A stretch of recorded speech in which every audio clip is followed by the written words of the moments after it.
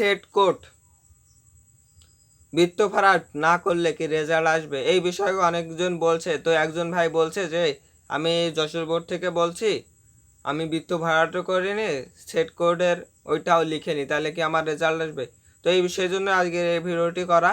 তো আমি মনে করছি যে অনেকেরই এমনই সমস্যা আছে, সেই সমাধানটি আজকের দিব, প্রশ্নের উত্তরটি আপনাদের মাঝে উপস্থাপন করব। তো আমার পুরো ভিডিওটি দেখবেন।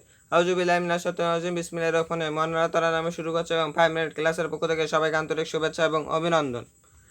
তো প্রথমত আমি বলি,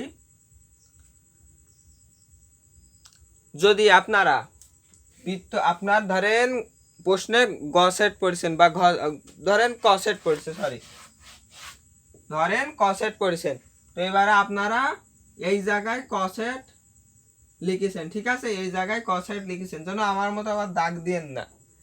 আমি দেখেন আপনাদের সুবিধাতে, দেখানোর সুবিধার্থে বললাম। তো এই জায়গায় ক সেট লিখেছেন কিন্তু বৃত্ত ভরাটটা করতে মনে নেই, ঠিক আছে?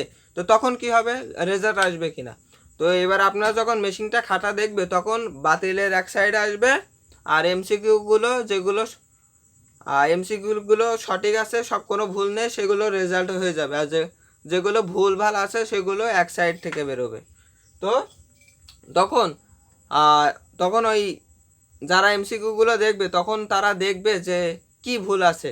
এবার আপনি দেখেন, দেখলো যে আপনার ওখানে ওপরে সেট নাম্বার লেখা আছে কিন্তু সেট বৃত্ত ভরাট করা নেই, তখন আপনার সেটটা বৃত্ত ভরাট করে দিল, ঠিক আছে? কিন্তু আপনি সেট কোডও লিখলেন না, বৃত্ত ভরাটও করলেন না, তখন কি হবে?